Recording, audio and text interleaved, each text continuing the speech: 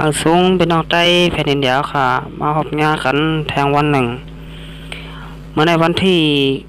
13 เดือนธันวาคม2020ค่ะพี่แต้วค่ะก็2/1/14นี่คำขึ้นในวันอาทิตย์เนี่ยเนาะเขายำ10:26ค่ะแล้วเมืองสุดท้ายเนี่ยเนาะมาพบงานกันตั้งข่าวใจหนุ่มทางปอกหนึ่งคำขึ้นในก็ข่าวใจหนุ่มแต่มี2หัวข้อข่าวมาเน้พี่น้องผู้ปันแห้งเขาค่ะกว่าซ้อมกันแทงข่าว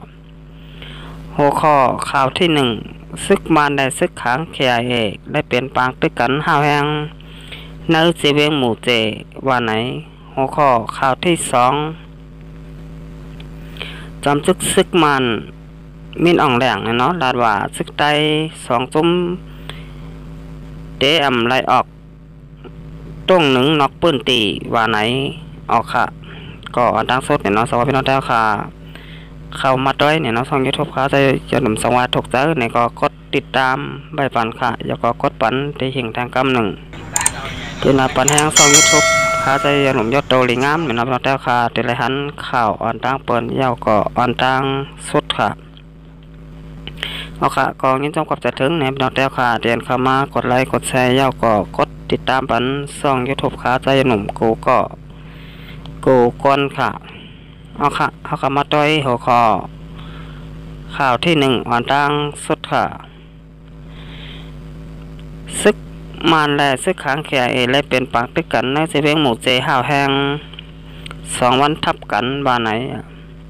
เมื่อวันที่12 เดือนธันวาคม2020ค่ะเขาย้ำกลางไหนหมอก9 โมงนั่นซึกมารตับมา88แลตับซึกรอแล้วสขอขัง KIA ตับกอง36อยู่ภายใต้คุ้มกำตับซุ่ม6ไล่สิบเป็นปางตึกกันห้าวแหงตีเนื้อลอยโหว่าหิมวันต้องไผ่เนื้อวันเว้งทุ่งมึงปอเจเว้งหมู่เจวันทน2ในเหย่าเกี่ยวเลยลองปางตึกเนื้อวันเมื่อว่าไหนเนาะไรหูว่าภายซึกมารเขามีลองตกซุ่ม3เกาะในเหย่าเมื่อวันที่11 เดือนธันวาคม2020ป่นมานั่นก็ขายามใบวันหมอก3 โมงนั่นเสียงกล้องเสียงหมากแตกหลังตีเนื้อลอยหิมมันต้องอัญญานไก่ทหารลักเมืองปอเวงหมู่เจจึงได้ปลดห้องไล่หูว่าเป็นซึกมารและตับซึกขัง KIA เขาเป็นปางตึกกันในเหย่าย้อนเสียงกล้องแตกจำวันได้เฮ็ดเธอปีน้องก้นบานมันต้องเขาไล่อ่อนกันเงื่องแบปลายเฟกว่าอยู่ไว้ตั้งมันเพียงหมอก2 ปาก80ก่อในเหย่าว่าไหนเนี่ยนะเอาขาในก็ยอดปางตึกซึกมารได้ซึกขัง KIA ในปุ่นตีในเสเวียงหมู่เจเนี่ยเนาะก็เฮ็ดเธอพอแม่คนเมืองเนี่ยเนาะไล่ปลายเฟปางตึกหมอก2 ปากบายเนี่ยฮะเนาะก็จำ3 ปากค่ะเอาค่ะไหว้เสซึกมัน10 ต่ออายุปุ่นเผาเกิดปังตึกภายแล้วแทงเมื่อวันที่24เนี่ยเนาะเดือนธันวาคม2020แต่เอาวันที่ในวันที่1 เดือนธันวาคม2020เนี่ยเนาะต่อถึงวันที่30 เดือนธันวาคม2020ในข่าวตั้ง1 เดือนยาวนั่นซึกมันตับมา88ตับมา99ตับมา22เจอไหนเอาแห้งซึกตั้งน้ำออกซอกเตากดทัดล่างจุ้มโอ้ยหลีมาได้เป็น TNLA MNDAA ซึกหลักแข่ง3จุ้มแลตับซึกรอดแล้วเศร้าขอค้าง KIA อันตรง1ไว้น่าจึงได้ปลดห้องแลจังไรกำเปลี่ยนปางตึกกันในเหย่าไรหูจอมเงาไล่ข่าวนวันเมื่อไหนมีหนังไหนเนี่ยเนาะค่ะอันนี้ก็อีเงาที่ข่าวเงาแรงหนใหม่เต็มต่างไว้เนี่ยเนาะเกี่ยวกับเลยลองปางตึกซึกมารได้ซึกขัง KIA เนี่ยเนาะซึกมารไล่ตกซุ่มกว่าเนื้อปางตึก3 เกาะเนี่ยเนาะซึกมารได้ลูกตายกว่า3 เกาะในปางตึกเนี่ยเนาะปางตึกตีเวียงหมู่เจเนี่ยเนาะเป็น2 วันทับกันเนี่ยเนาะวันที่11และ12เนี่ยเนาะเอาค่ะสิบมาตัวแทงหัวข้อข่าวที่2นะเนาะอันนี้ก็ เกี่ยวกับได้ลองซ้อมศึกซิกมานมินอ่องแหลงนะเนาะลาดว่าศึกใต้2ซุ้มเตะไล่ออกต้งหนึ่งนอกปื้นตีว่าไหนเนี่ยเนาะห้องการผ่ายปุนผ่าตับซึกหลงปองจึงมานะตับมาต่อปุนผ่าว่าตอมซึกหลงมินอ่องแหลงฮอดถึงดีเติ้งซึกวันนอกเสียหมอกลาดในปางกุมเมื่อวันที่8 เดือนธันวาคม2020ป่วนมานั่นว่าไหนตอมซึกมันมินอ่องแหลงลาดว่าเตไล่แข็งใส่เจอแห้งลองเพียวไม่ยาเมากำเหลือนั่นลาดลองของเสียขึ้นจึงได้ตับซึกจึงได้อาเซียดัดเอเตะไล่ต้งหนึ่งเตะไล่ต้งหนึ่งลอยใต้แรงแหล่ทุ่งไผ่ซันเมืองปั่นก้อยปาตีมาสูงจึงได้ตับซึกจึงได้SPP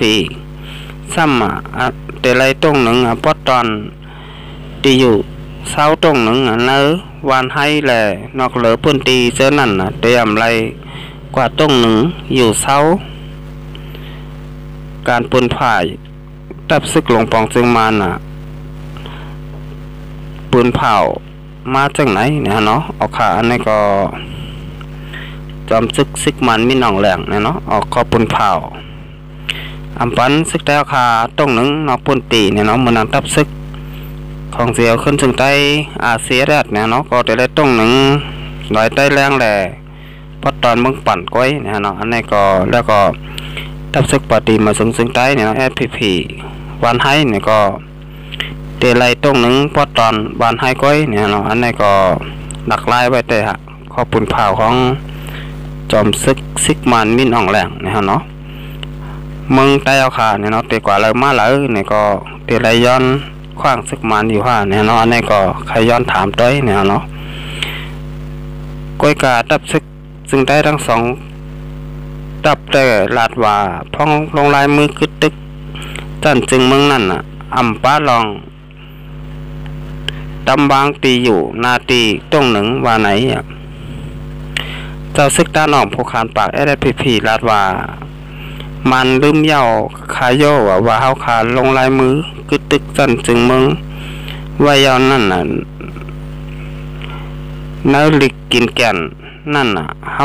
ลงลายมือป้าลองตาต้งหนึ่งกว่ามาเจอไหนว่าไหน